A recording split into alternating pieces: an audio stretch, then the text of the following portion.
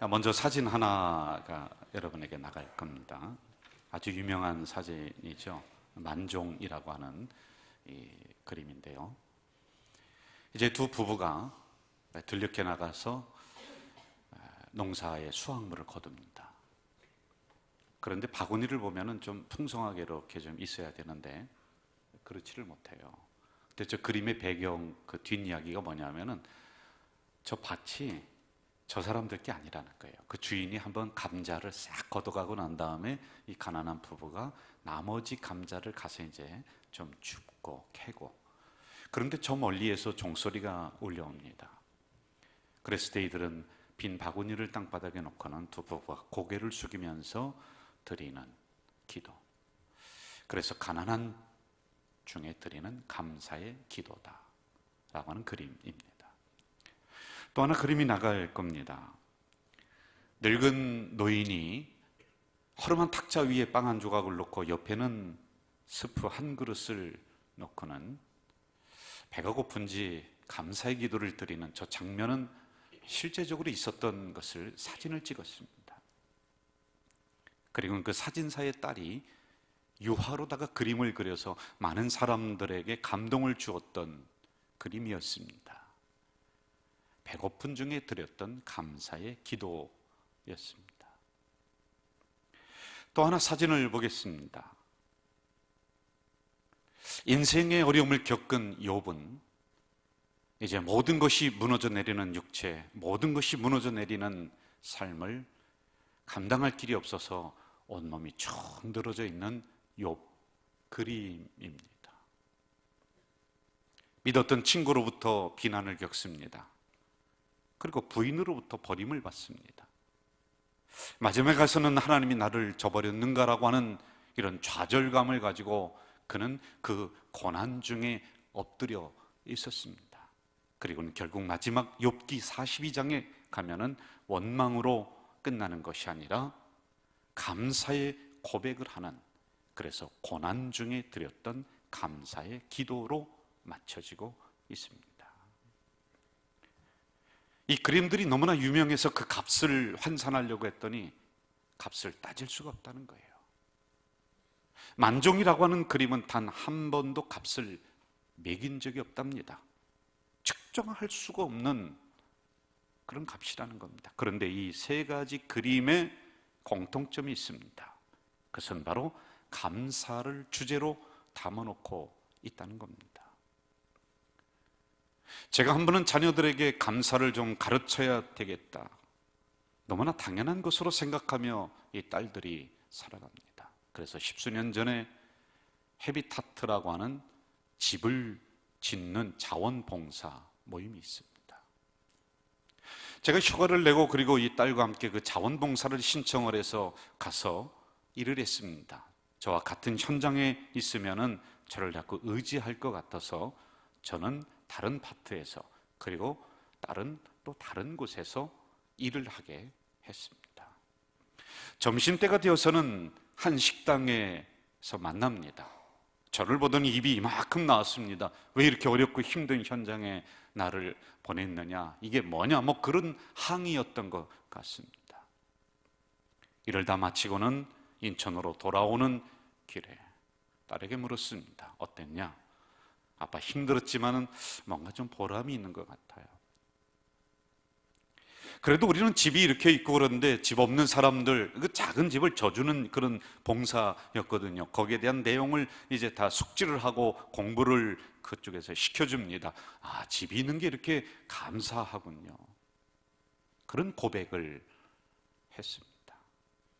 부목사로 있을 때 목사 자녀들을 보면은 성도들이 돈을 좀 쥐어주곤 합니다. 저는 절대로 받지 마라, 못 받게 했습니다. 그런데 그 어린 자녀들이 돈을 주면은 이 돈을 받고는 또 다른 것을 뭐 사 먹고 싶은 이런 마음이 많이 일어나지 않겠습니까? 그리고 받지 마라 라고 했는데 성도들은 안 받는다고 해도 그냥 막 쥐어줍니다. 그러면은 저의 눈치를 봅니다. 아빠를 쳐다봐요. 그럼 제가 어쩔 수 없이 고개를 끄덕거리면은 돈을 받습니다. 그런데 그 다음에 액션이 없습니다. 뭔가를 이 친구가 해야 되는데, 인사를 해야 되는데 그걸 못하는 겁니다. 그래서 제가 그 자리에서 스톱을 시키고는 인사해야지, 감사하다라고 말씀드려야지, 그렇게 가르쳤던 적이 있습니다. 우리 교회에 와서는 종종 우리 성도님들이 무슨 맛있는 거라든지 또는 과일이라든지 또는 여러 가지를 저를 챙겨 주실 때가 있습니다. 그럴 때는 딸들을 불러 모아놓고 식탁 위에 그것을 올려놓습니다. 올려놓고는 이것은 당연한 것이 아니다, 이것은 그분들의 땀이 있고 수고가 있는 것이다, 그러므로 우리는 감사 기도를 하면서 먹어야 된다라고 꼭 가르치곤 했었습니다. 맞습니다, 여러분. 감사는 가르쳐야 됩니다. 그리고 배워야 합니다. 체스터튼이라고 하는 사람은 이렇게 말합니다. 나의 주된 인생관은 모든 것을 감사함으로 받고 당연한 것으로 여기지 않도록 연습하는 것이다. 한 번은 어느 빵가게에 제가 가게 되었습니다. 빵가게에 갔더니 외국인 엄마와 그 어린 자녀가 아장아장 걸으면서 빵가게로 들어옵니다. 그런데 그 꼬마가 얼마나 예쁜지요. 꼭 인형과 같이 생겼습니다. 주인이 귀여워서 이 어린 자녀에게, 꼬마에게 빵을 하나 쥐어줬습니다. 그러자 이 엄마가 이 빵을 가만히 보더니 덥석 뺐더니 say something 그러는 거예요. 뭔가 말해야지. 이 엄마의 의도를 알아차리지 못한 이 어린 꼬마, 아장아장 걸어가는 이 꼬마가 울먹울먹하면서 울려고 합니다. 그러자 이 엄마가 say thank you, thank you라고 얘기해야지, 고맙다고 인사해야지. 그러자 엄마의 의도를 알아차린 이 꼬마가 thank you 하면서 그 주인에게 인사를 합니다. 그러자 그때야 다시 이 빵을 쥐어주더군요. 그냥 지나칠 수 있는 사건이었습니다만 저에게는 사소한 일인데도 불구하고 참 크게 다가왔더랬습니다. 여러분, 감사라는 게 거저 이루어지지 않습니다. 감사를 공부해야 되고 감사를 배워야 되고 감사를 가르쳐야지만이 됩니다. 그러므로 작은 일에도 감사합니다, 땡큐라고 하는 이 단어가 자연스럽게 우리 입에서 나와야지만이 되는 겁니다.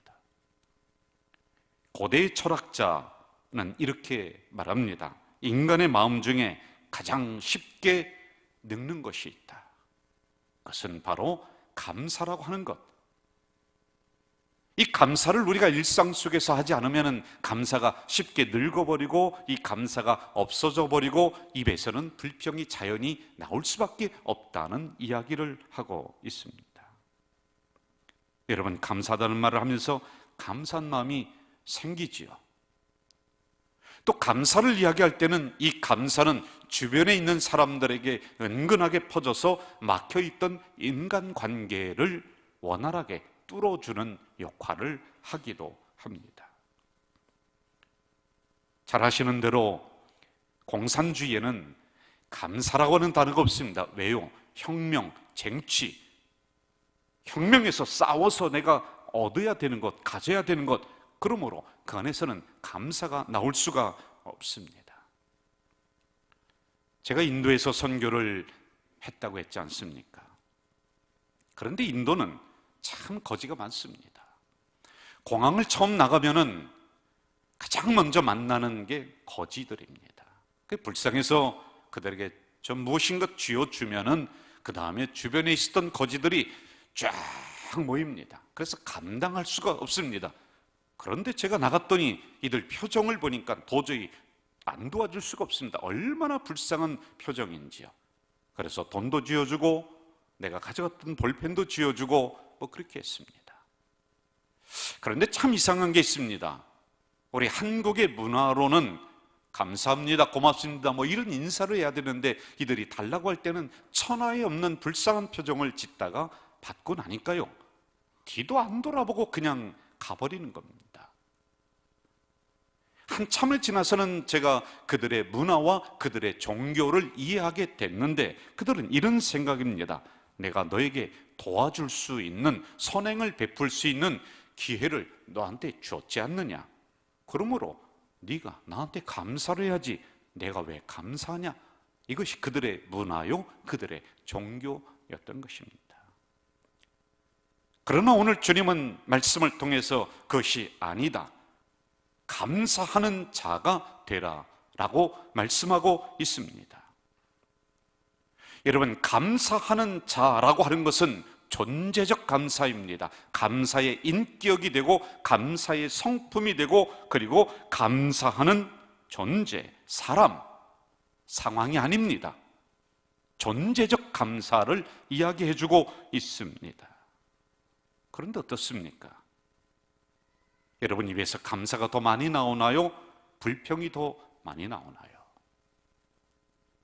여기에 대해서 신학자 라이놀드 니버라고 하는 사람은 인간의 본성과 운명이라고 하는 책에서 이렇게 지적을 하고 있습니다. 인간은 교만하기 때문에, 죄가 있기 때문에 감사가 아니라 불평이 나온다. 이건 자연스럽게 나온다라는 것입니다. 그러므로 감사를 배워야 되고, 그러므로 감사를 가르쳐야지만이 된다라고 하는 것입니다. 어느 목사님과 감사라고 하는 주제를 가지고 이런저런 토론을 하다가 그분이 이런 이야기를 하더군요. 참 그게 마음에 와 닿았습니다. 일상 속에서 당연하게 생각되어졌던 것들이 어느 순간에 감사로 바뀌어지더라는 거예요. 그래서 제가 물었습니다. 목사님, 무슨 일이 있었습니까? 그랬더니 그분이 자기가 전에는 몰랐는데 그 상황 속으로 들어가 보니까 그때서야 감사를 알게 되었다라고 하는 그런 고백이었습니다. 여러분, 돈을 많이 주면은 감사할까요? 뭐 나올 수도 있겠죠. 그러나 그런 감사는 금방 없어져 버립니다. 식어져 버립니다. 변합니다. 제가 대학을 다닐 때 정말 돈이 없어서 죽을 만큼 고생을 한 적이 있습니다. 뭐 집안이 점점 기울어가고 어머님 일찍 돌아가시고 차비가 없어서 학교를 못 간 적이 몇 번이 있었습니다. 참 서럽더라고요. 뭐 배고픈 거는 말할 것도 없고요. 대학교 3학년 때는 제가 학회장이라고 해서 그 과의 회장을 맡았습니다. 그리고는 제주도로 여행을 가야 되는데 솔직히 갈 돈이 없었습니다. 그리고 솔직히 입고 갈 옷이 한 벌도 없었습니다. 그래서 준비를 다 해주고는 그 학생들을 수학여행 떠나보내고 저는 혼자 3, 4일을 남아서 참 서럽게 그 시간을 보냈던 기억이 있습니다. 모처럼 데이트를 나갔습니다. 그런데 데이트를 하고 들어왔더니 뒤에, 청바지 뒤에 엉덩이가 쭉 찢어져서 이만큼 빵꾸가 나 있는 참 그런 부끄러웠던 기억들이 있습니다. 교육 전도사 때 조치원에서 전도사를 하고 있는데 결혼할 때가 되어서 선을 보게 되었습니다. 예쁜 아가씨랑 조치원 읍내에 있는 가장 좋은 레스토랑에서 만나고 있었습니다. 그때 저는 가난했죠. 그런데 제 수중에 10,000원이 있었습니다. 그때 돈가스는 4,000원, 비유가스는 7,000원이었습니다. 10,000원을 쥐고는 이제 선을 보러 나가서 선 볼 때 제가 돈을 내야 될 거 아니겠습니까? 그래서 제 계산으로는 돈가스 같이 시켜 먹으면은 2, 4, 8,000원이니까 2,000원 남는다. 그 생각을 하고 이제 그 아가씨와 이야기를 하면서 저녁을 시켰습니다. 저는 당연히 돈가스 그랬더니 이 아가씨는 비유가스 그러는 겁니다. 여러분, 돈가스는 4,000원이요 비유가스는 7,000원입니다. 더해보니까 11,000원입니다. 1,000원이 부족합니다. 야, 이 상황을 어떻게 모면할까? 1,000원이 없는 거예요. 10,000원뿐이 저는 가지고 있지 않습니다. 11,000원인데 도대체 이 상황을 모면할 길이 없습니다. 여자에게 돈을 꿔달라고 할 수도 없고 내달라고 할 수도 없고 어디 뭐 가서 이것을 마련할 것도 막막하고 이런 상황이었습니다. 그런데 그런 와중에 있는데 그곳에 제가 섬기고 있던 권사님이 그 식당에 들어오는 겁니다. 그리고는 저희들을 봅니다. 눈치가 빠르죠. 전도사님이 지금 선을 보고 있구나. 그리고는 저에게 하시는 말씀이, 전도사님, 제가 식사비 내겠습니다. 저는요 그때처럼 감사한 적이 없습니다. 야, 정말 하나님이 살아계시는구나. 야, 정말 하나님이 역사하시는구나. 여러분, 없어 보니까, 배고파 보니까, 돈 안 가져보고 가난해 보니까 그때서야 진정한 감사가 우러나오더라는 것입니다. 옛날부터 이런 말이 있지 않습니까? 눈물 젖은 빵을 먹어보지 아니한 사람은 인생을 모른다. 배고픔의 서러움 속에 들어가 보면은 빵 한 조각에 대한 감사가 절로 우러져 나옵니다. 뭐 잘 먹고 잘 사는 사람들에게 준다, 더 준다, 더 준다. 여러분, 더 달라고 욕심냅니다. 그러나 내가 절박한 상황 속에 들어가 보면은 감사하는 자가 저절로 된다라는 것입니다. 돈가스 때문에 창피도 당해보고, 청바지 찢어서 부끄러움도 당해보고, 옷이 없어서 제주도 가지도 못하고 뭐 그런저런 일을 겪은 다음에야 물질에 대한 고마움, 이것을 진정으로 알게 되더라는 것입니다. 또 여러분, 건강에 대한 부분은 어떻습니까? 하루하루 건강하게 살아간다, 감사하죠? 잘 모를 것일 겁니다. 언제 아실지 압니까? 아파봐야 합니다. 병원에 가서 수술대 위에 올라가 보면은, 야, 건강한 것이 감사한 것이구나, 건강하게 당연한 것이 아니구나, 이것을 비로소 알게 됩니다. 그래서 하나님은 우리를 고난 속에 몰아넣습니다. 왜? 여기서 감사를 배우라, 감사하는 자가 되라.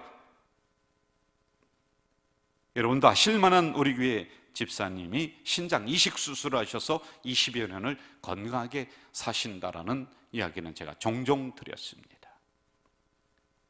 저 구성전에 있을 때 제가 이런 사명을 그분에게 드렸습니다. 집사님, 새벽에 나오셔서 뒤에서 우리 본당 불 좀 올려주시고요, 다 끝나면 불 좀 꺼주세요.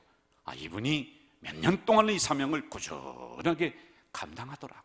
그리고는 새벽기도 마치고 운동장을 한 바퀴 돌고 그렇게 건강하게 지나셨던 분이었습니다. 얼마 전부터 교회를 못 나오십니다. 점점 안 좋아지십니다.